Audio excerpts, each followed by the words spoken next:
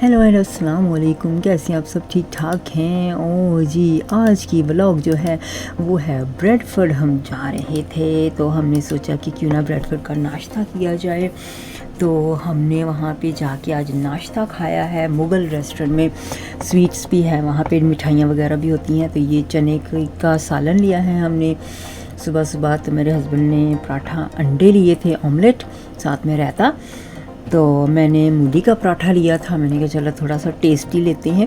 साथ में अचार भी था और रायता भी था और दूध पत्ती ली है हमने। चाय नहीं ली क्योंकि चाय तो डेली हम पीते ही रहते हैं।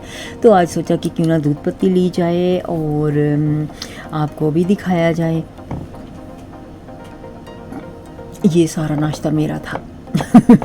ये मैंने सारा नाश्ता खाया, तो सारा नहीं था लेकिन वैरायटी मुझे अच्छी लगती है तो इसलिए मैंने वैरायटी ले ली थी। और मैं क्या बताऊँ, इनका जो नाश्ता था बहुत ही ज़बरदस्त। जितना दिखने में खूबसूरत है उतना ही खाने में भी बड़ा ही टेस्टी था।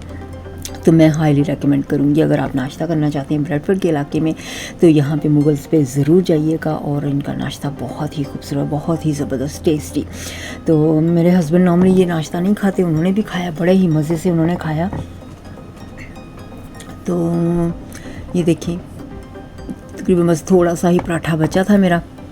तो यहाँ पे तो मैंने फिर अपनी भी थोड़ी सी वीडियो बना ली, लेकिन वहाँ पे ऑब्वियसली म्यूज़िक था बैकग्राउंड में, तो लोग भी बैठे हुए थे, तो म्यूज़िक बैकग्राउंड की वजह से मैं फिर बोल नहीं सकी वहाँ पे।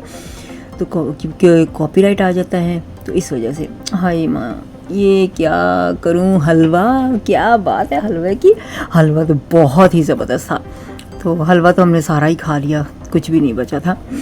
तो इसके बारे में क्या बताऊँ, हलवा बहुत खूबसूरत था और खाने में बड़ा टेस्टी था। तो जाइएगा ज़रूर। चले, उम्मीद करती हूँ कि आपको आज की ब्लॉग अच्छी लगी होगी। अपना ख्याल रखिएगा। Bye bye.